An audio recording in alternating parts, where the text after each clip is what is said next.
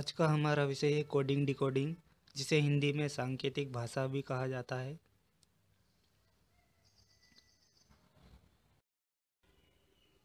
आज का हमारा विषय है कोडिंग डिकोडिंग, जिसे हिंदी में सांकेतिक भाषा भी कहा जाता है। सामान्यतः इस तरह के प्रश्नों में कुछ शब्द, अक्षर या संख्याएं दी होती है कोड में, जिनको पुनः डिकोड करके उनका जवाब हल करना होता है। जिस तरह मैंने यहाँ अल्फ़ाबेट A to Z लिखा है, तो यहाँ ए के लिए 1 2 3 इस तरह से अंक दिए होते हैं। इस तरह के प्रश्नों को हल करने के लिए, जैसे अल्फ़ाबेट ए के लिए 1 आया है, बी के लिए 2 आया है, इस तरह से प्रश्न होते हैं, तो इनको हल करना है। तो आइए कुछ उदाहरण प्रश्न हल करके देखते हैं, जिससे आप अच्छी तरह से समझ पाएंगे कि कोडिंग डिकोडिंग किस तरह के प्रश्न होते हैं। सामान्यतः इस तरह के प्रश्न सभी परीक्षाओं में आते हैं। SSC, PSC, IAS, UPSC, लगभग सभी परीक्षाओं में इस तरह के प्रश्न पूछे जाते हैं। तो आइए कुछ उदाहरण प्रश्न हल करके देखते हैं।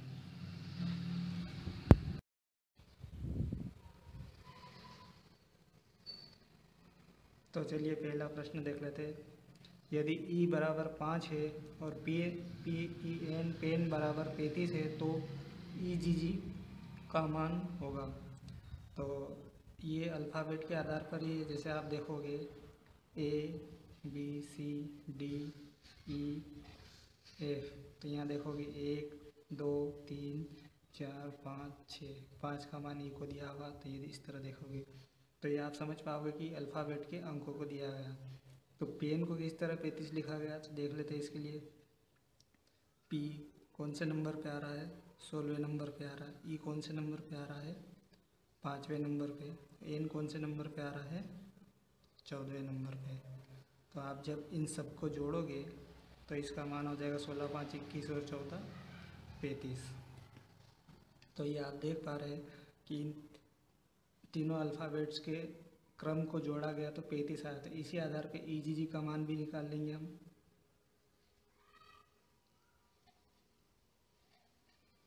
E आ रहा है 5वें नंबर पे, और G आ रहा है 7वें नंबर पे, और ये G आ रहा है 7वें नंबर पे। इन तीनों को जोड़ेंगे तो यहाँ आएगा 7 7 14 और 5 19। तो आपका जवाब होगा EGG बराबर 19। ये आपका सही जवाब होगा।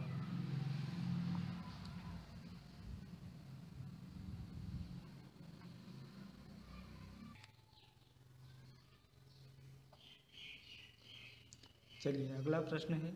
यदि A बराबर 2, M बराबर 26 और Z बराबर 52, तो CAP का मान क्या होगा। तो यहाँ पर आप देख रहे हैं जैसे कि A आया है, A के लिए 1 नंबर होता है, लेकिन ये आ रहा है 2। और M के लिए 13 मान आता है, लेकिन आ रहा है ये 26। और Z के लिए 26 आता है, लेकिन आ रहा है ये 52। यहाँ पे आप सीधा अंतर देख पाओगे। A के लिए 1 आता है और आ रहा मान 2। तो यहाँ पे आप सीधा आप देखोगे तो पाओगे गुणित 2 हो रहा है, 2 आ गया। इसमें भी गुणित 2 होगा, 13 दूनी 26 आ गया। इसमें भी गुणित 2 होगा तो 26 दूनी 52 आ गया। इसी तरह आप CAP का देख लेते हैं।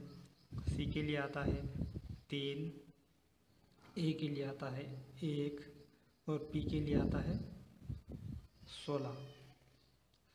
आप सीधे इसमें गुणित 2 गुणित 2 गुणित 2 करोगे तो 3 दूनी 6 हो जाएगा, ये 2 हो जाएगा और ये 16। 3 का 2 में गुणा करा 6, 1 का 2 में गुणा करा 2, 16 का 2 में गुणा करा 32। अब तीनों अंकों को जोड़ दीजिए आप। 32 और 2 34 और 6 40। तो ये आपका जवाब होगा 40।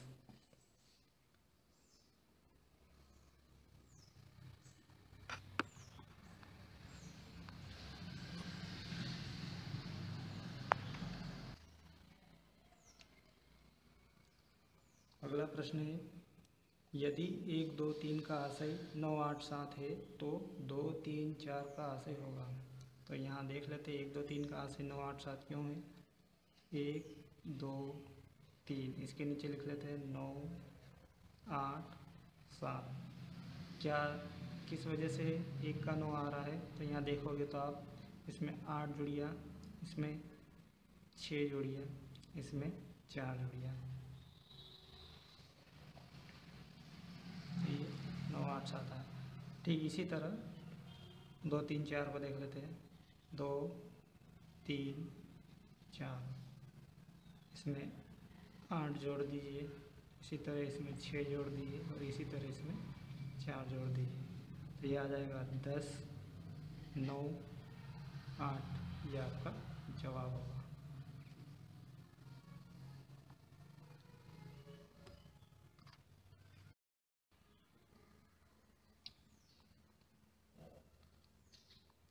इसी तरह यहाँ पर 2 3 4 2 3 4, यहाँ पर आप देखोगे 2 में 6 जोड़ा था, ठीक उसी तरह 6 2 का अंतर रहेगा 4 और 2, आप जोड़ोगे तो 6 और 2 8, 3 और 4 7, 4 और 2 6, तो ये आपका जवाब होगा 8 7 6।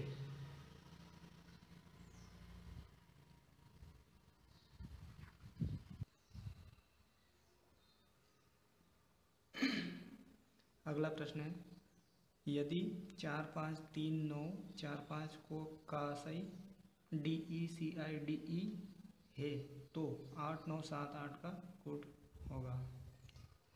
इस तरह के प्रश्न के लिए सीधे वही तरीका है, शब्द के नीचे शब्द लिख लेते हैं, पहले अंक लिख लेते हैं 4 5 3 9 4 5, एक के नीचे एक लिख लेते हैं DECIDE।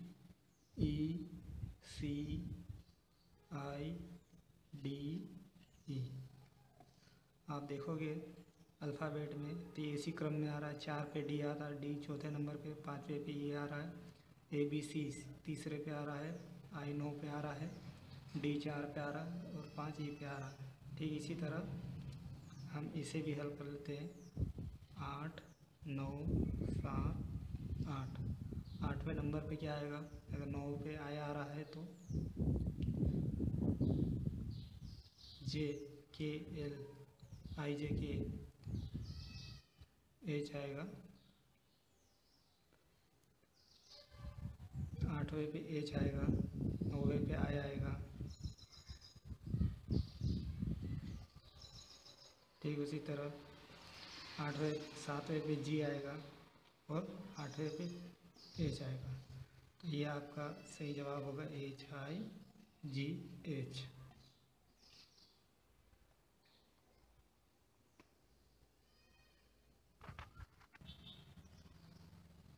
अगला प्रश्न है, एक निश्चित सांकेतिक भाषा में ROAD को URDG लिखा जाता है तो SWAN को कैसे लिखा जाएगा?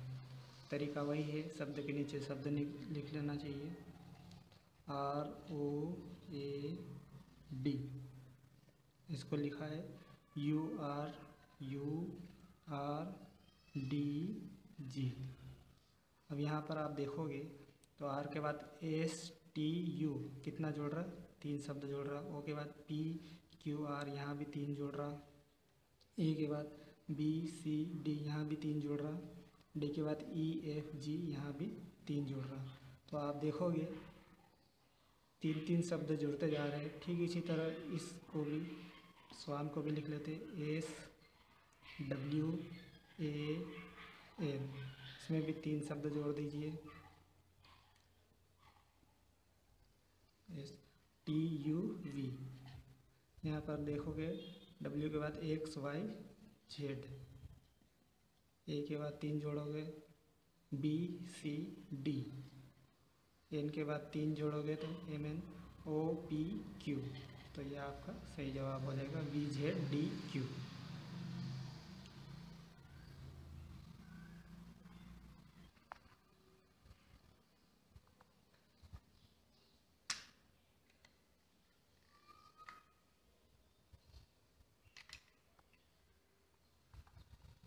चलिए अगला प्रश्न है, एक निश्चित भाषा में 2, 5, 3 को बुक्स आर ओल्ड, 5, 4, 6 को मैन इज ओल्ड और 3, 7, 8 को बाय गुड बुक्स कहा जाता है। तो आर के लिए कौन सा अंक आएगा? इस तरह के प्रश्न लगभग सभी परीक्षाओं में पूछे जाते हैं। ये थोड़ा टफ लेवल होता है। तो चलिए देख लेते हैं इस तरह के प्रश्नों को किस तरह हल करते हैं। तरीका वही है, शब्द के नीचे शब्द लिखना होता है। 2, 5, 3, थोड़ा दूर लिख लेते हैं इसे।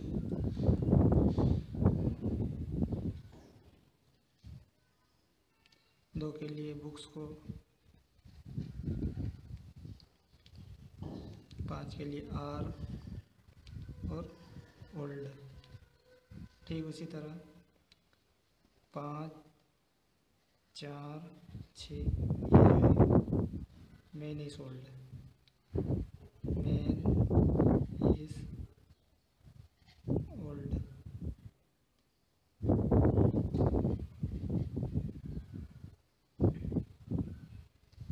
और तीसरा है 3, 7, 8, 3, 7, 8 बाय गुड बुक्स,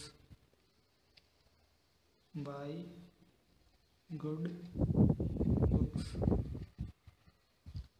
और आपको फाइंड करना है आर। तो यहाँ पर आप प्रश्न में देखोगे आर यहाँ पे आ रहा 5 के लिए। तो इसका सही तरीका है इसको काटने का होता है, जो कॉमन है वो काट दिया जाए तो आपको सही जवाब मिल जाएगा।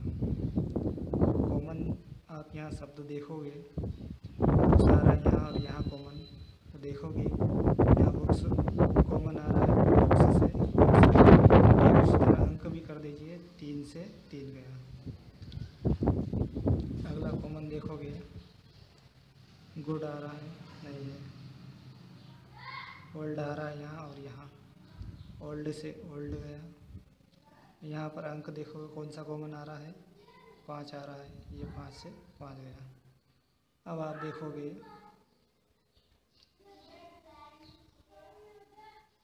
यहाँ आर के लिए एक मात्रा ये बची है 2, तो आपका जवाब यहाँ सीधा आ जाएगा। आर के लिए अंक 2 आएगा, ये आपका सही जवाब आएगा।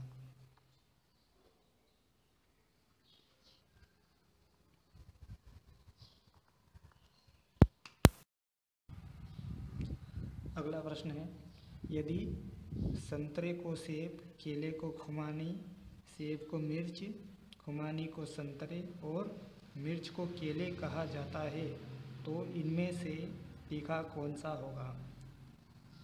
इस तरह के प्रश्न में आपको कंफ्यूज होने की कोई ज़रूरत नहीं है। सीधे सीधे देखिए, यहाँ पर पूछ रहा है आखिरी में तीखा कौन सा होगा।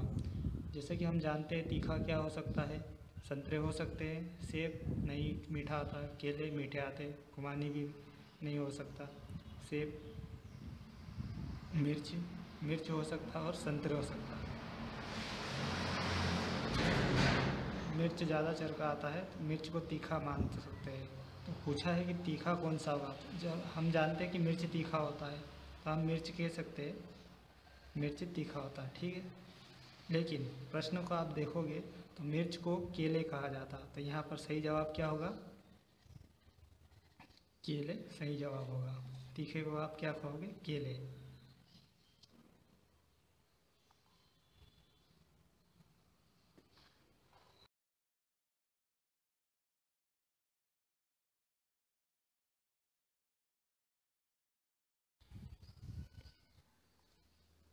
अगला प्रश्न है, किसी निश्चित भाषा में ओ के ए पेरू, ओका पेरू को फाइन क्लॉथ और मेटालिजा को क्लियर वाटर व डोनालिजा पेरू को फाइन क्लियर वेदर लिखा जाता है तो वेदर के लिए क्या आएगा? इस तरह के प्रश्नों में वही तरीका है, शब्द के नीचे शब्द लिखना होता। पहला वाक्य हमारा ये है तो हमने यहाँ लिखा, इसके नीचे फाइन क्लॉथ आ रहा तो फाइन क्लॉथ शब्द के नीचे शब्द होना चाहिए। ठीक है, इसी तरह मेटा लीज़ा के लिए क्लियर वाटर आया है तो ये मेटा लीज़ा लिख लिया, इसके लिए ठीक नीचे क्लियर वाटर लिखा। तीसरा पॉइंट है डोना लीज़ा पेरू को फाइन क्लियर वेदर कहा जाता है। डोना के लिए एक शब्द के नीचे शब्द आ गया, ये 3 शब्द है, ये 3 इसके अर्थ दिए हैं, ठीक है, एक के नीचे एक लिख लिया। लिखा जाता है तो वेदर के लिए क्या आएगा, तो वेदर आप देखोगे तीसरे पॉइंट में आ रहा है, तो इस तीनों पॉइंट को 1 2 3 लिख लिया है। इसमें तरीका वही है शब्द से शब्द काटने का। तो यहाँ पहले में देखोगे ओका पेरू फाइन क्लॉथ, आपको ये नीचे के शब्द यहाँ कहीं मिल रहे हैं तो यहाँ आप देखोगे तो उससे हटाना होगा, जैसे काटना। ये फाइन मिल रहा, फाइन से फाइन गया, ऊपर देखोगे पेरू ओका और यहाँ पर ये पेरू मिल रहा है, ये कट गया। ठीक उसी तरह अगला शब्द देखिए क्लियर वेदर, क्लियर यहाँ है, वेदर तो कहीं नहीं, क्लियर का से क्लियर चले गया। यहाँ आप ऊपर देखोगे तो लीज़ा, ये भी लीज़ा, लीज़ा से लीज़ा गया। आपको निकालना वेदर, वेदर यहाँ बजिया है और यहाँ शब्द ऊपर बजिया डोना, तो आपका सीधा जवाब हो जाएगा डोना से वेदर आएगा, ये आपका सही जवाब होगा डोना।